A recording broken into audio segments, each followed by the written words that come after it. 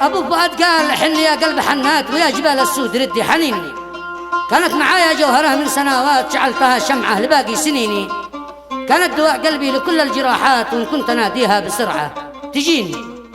قصيدة من كلمات الشاعر أبو فؤاد محمد عبد علي عامر من أهالي قرية المحوى بلاد الشعيبي، والقصيدة مرسلة إلى زوجته أم فؤاد. بلحناء أبو خلود ويعزفها الفنان أبو هشام محمد أحمد صلاح الكوماني. تسجيلات الكوماني ذمار الجمهورية اليمنية.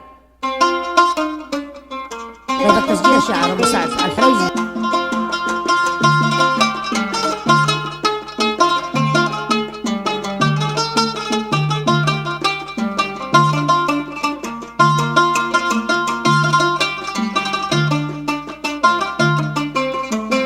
دعيت لك يا من رفعت السماوات، يا خالق الإنسان من موطني، يا عالم الأسرار في كل الأوقات، اللي تخلي الهم يطوي جبيني.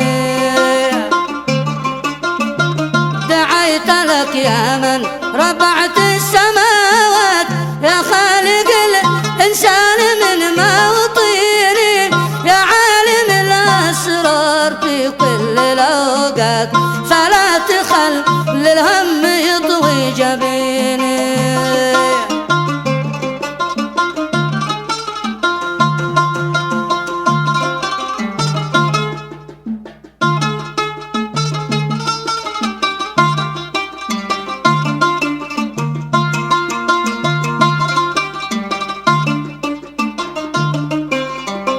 يا عالم الأسرار في كل الأوقات، فلا تخلي الهم يطوي جبيني.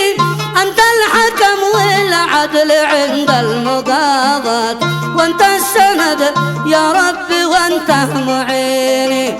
بعد الدعاء جسيدا ونبيات، حبر القلم مخلوط من دمع عيني.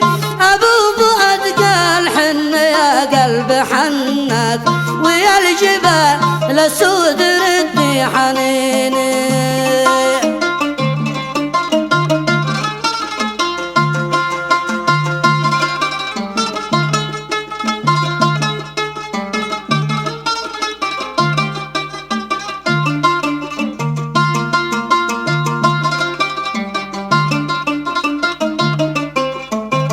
أبو فؤاد قال حن يا قلب حنات، ويا الجبال السود ردي حنيني.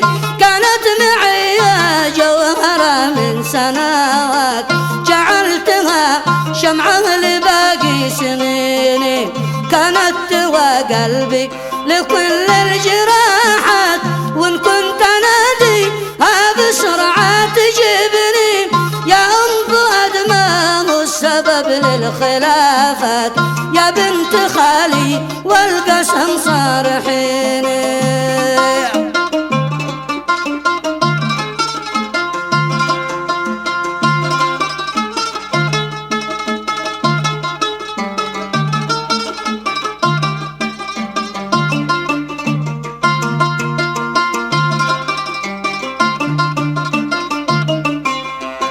يا أم فؤاد ما هو السبب للخلافات، يا بنت خالي والقسم صار حيني.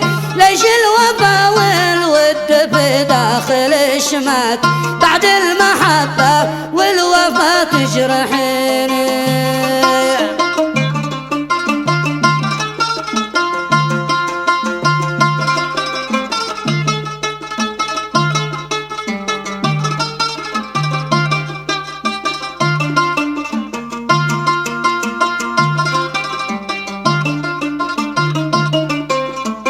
ليش الوفا والود في داخل الشمات، بعد المحبة والوفا تجرحيني. لو قلت كانت تقول لي سلامات، واليوم تتحلى بنغمة أنيني. الله يجازي من يسوي نزاعات، وحاول التفريق بين شوي بيني. يا غاية أحلام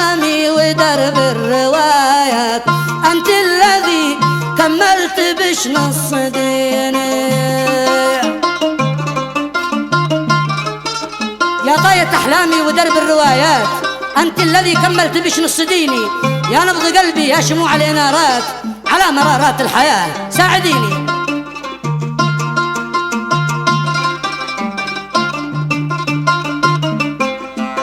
يا غاية أحلامي ودرب الروايات، أنت الذي كملت بش نص ديني. يا نبض قلبي يا شموع الإنارات، على مرارات الحياة ساعديني.